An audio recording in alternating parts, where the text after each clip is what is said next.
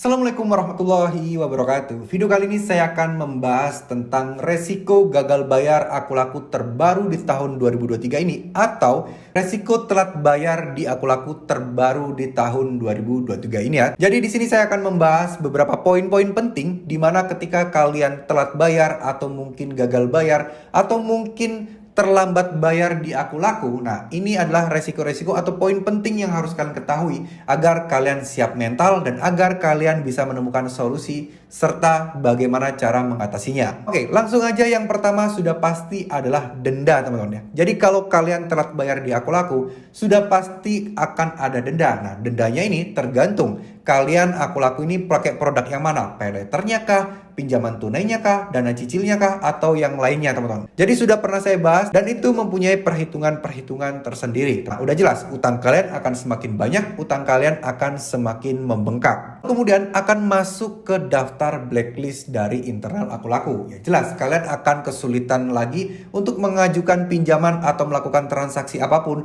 dari produk aku laku yang ada di situ. Baik itu dana cicil, paylater ataupun pinjaman tunai lainnya. Ketiga adalah kalian akan mendapatkan teror. Kalian akan dihubungi penagihan melalui telepon dulu biasanya. Telepon, WA, dan lain sebagainya. Kalau tahap awal-awal itu ketika kalian H-3, kemudian H+3 setelah terlambat, itu biasanya masih berupa telepon. Nah, yang nelpon pun masih robot, teman-teman ya. Suaranya dan mungkin intonasinya masih suara-suara robot gitulah. Nah, selanjutnya ketika kalian sudah mulai seminggu lebih, nah ini mulai ada orang asli yang telepon. Ya, menagih seperti ya orang pada umumnya. Kalau makin lama, kalian akan menerima WA. Menerima ya mulai dari ancaman berbagai macam lah.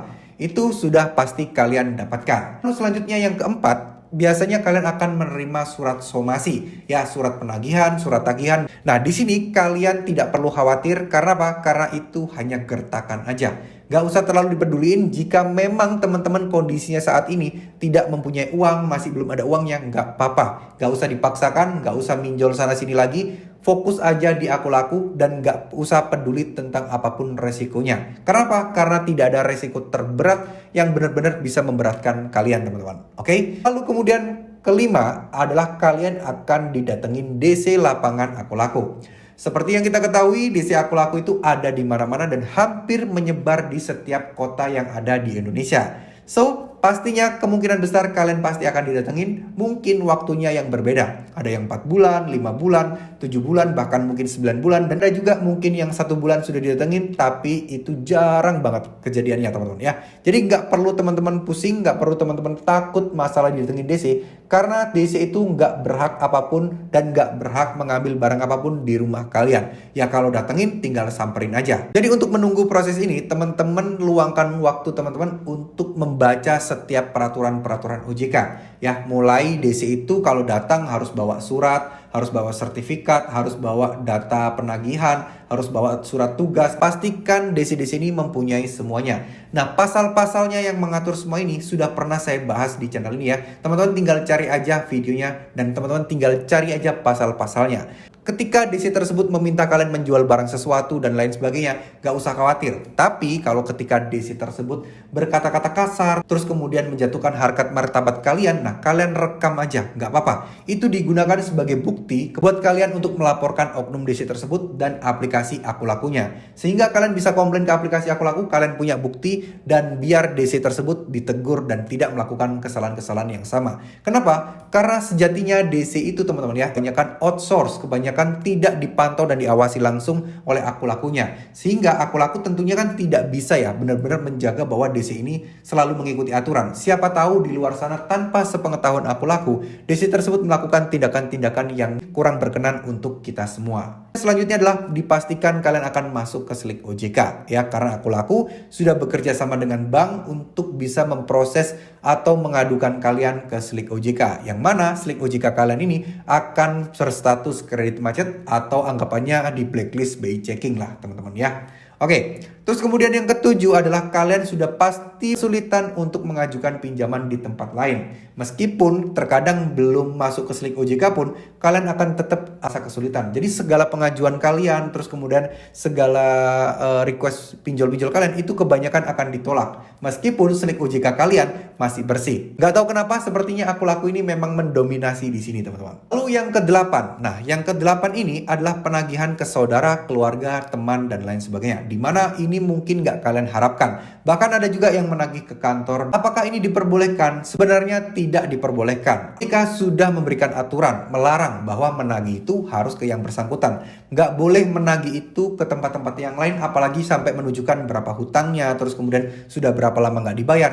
Nah ini sama aja kayak menyebarkan data. Jika kalian menemui oknum-oknum desi seperti ini, kalian wajib untuk melaporkannya sehingga bisa diproses oleh OJK ataupun pihak aplikasi terkait ya. Karena apa? Karena kalian sudah dirugikan secara material teman-teman ya. Jadi di sini kalian bisa menuntut balik bahwa ini pencemaran nama baik dan lain sebagainya. Yang jelas kalian memang berhutang, kalian memang salah. Tapi yang namanya kondisi, tapi yang namanya kalian tidak punya uang dan musibah tidak pernah ada yang tahu. Pasti saya yakin kalian semua tidak ada maksud untuk tidak mau bayar. Pasti saya yakin kalian semua pengen bisa bayar. Namun kondisinya dan kenyataannya kalian memang masih belum ada uangnya. Ya, apalagi ditambah denda yang semakin hari semakin bertambah. Jadi kalau kalian nyicil pun sama aja bohong. Karena apa? Karena bukannya utang makin habis ya, utang kalian akan berasa segitu-segitu aja. Karena denda dan bunga yang harus kalian bayarkan itu juga udah jauh lebih besar ya dibandingkan apa yang kalian cicil-cicil itu tadi.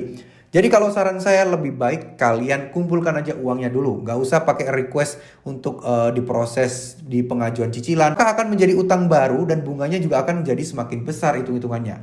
Serta yang paling parah lagi, teman-teman itu banyak banget yang melakukan gali lubang tutup lubang. Karena sudah terjebak di Akulaku, sebelum mereka itu jatuh tempo, mereka sudah minjol di tempat lain untuk bayar Akulakunya. Nah mereka nggak tahu di pinjol lain ini kan duitnya juga masih belum ada ya. Nah itu mereka pinjol di tempat lain lagi, tempat lain. Jadi diputer dan utangnya akan semakin lama semakin membesar. Saran saya lebih baik kalian bermasalah di satu pinjol aja daripada teman-teman bermasalah di banyak pinjol. Ya itu akan jauh lebih berat. Terus kemudian kalau misalnya kalian ditetengin ke rumah, balik lagi ya.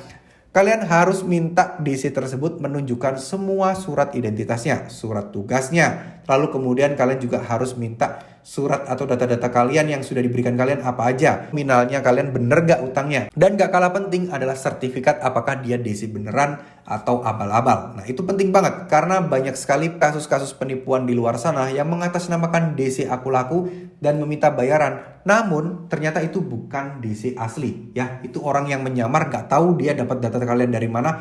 Jadi uang kalian yang kalian bayarkan kepada mereka itu ke tempat lain. Oke? Jadi kalau kalian sampai mau bayar pun meskipun didatengin DC, jangan mau ngasih tunai. Di OJK pun bilang segala transaksi yang dilakukan secara online harus dibayar dengan online juga. Ya, harus menggunakan virtual account. Jadi kalian cek aja di aplikasi Akulaku kalian pilih menu pembayaran. Nah, itu tertera nomornya berapa. Nah, itu yang kalian lakukan. Jangan kalian mau diberikan nomor transaksi atau virtual account dari WADC tersebut atau dari mungkin kayak surat suruh bayar ke sini. Enggak. Kalau kalian ragu, itu wajib kalian telepon aja CS-nya. Bener nggak sih nomor virtual account ini memang terdaftar dari Akulaku dan kalau kalian bayar maka uang kalian akan masuk ke Akulaku kalian, bukan malah hilang ke kantong pribadi para oknum DC-DC seperti ini. Ya, intinya di sini tidak ada hal yang memberatkan apapun, tidak ada unsur penjara, tidak ada unsur pidana, apapun itu kalian tidak perlu khawatir. Jadi dalam masa proses penagihan DC itu lewat telepon, WA dan lain sebagainya, itu pasti kalian akan menemukan banyak hal-hal yang mungkin menyakitkan buat kalian dan menakutkan tentunya. Contoh, mungkin misal kalian akan dilaporkan ke OJK, misal kalian akan dihubungi orang OJK, kalian akan dihubungi pengacara, kalian akan dibawa ke jalur hukum, kalian akan masuk ke pengadilan dan lain sebagainya, macam-macam pokoknya. Bahkan ada yang kalian dituduh penggelapan uang, terus ada kalian juga yang dituduh pencurian, membawa kabur uang perusahaan. Nah ini macam-macam. Nah ini kalian gak usah gubris, gak apa-apa. Karena itulah metode mereka untuk bisa menagih uang kepada kalian teman-teman. Ya, terima kasih. Mohon maaf jika ada salah-salah kata. Semoga video ini bisa bermanfaat. Semoga video ini bisa memberikan kalian wawasan serta video ini bisa memberikan kalian ketenangan jika kalian saat ini sedang gagal bayar atau telat bayar di Akulaku. Mohon maaf jika ada salah-salah kata. Terima kasih. Wassalamualaikum warahmatullahi wabarakatuh.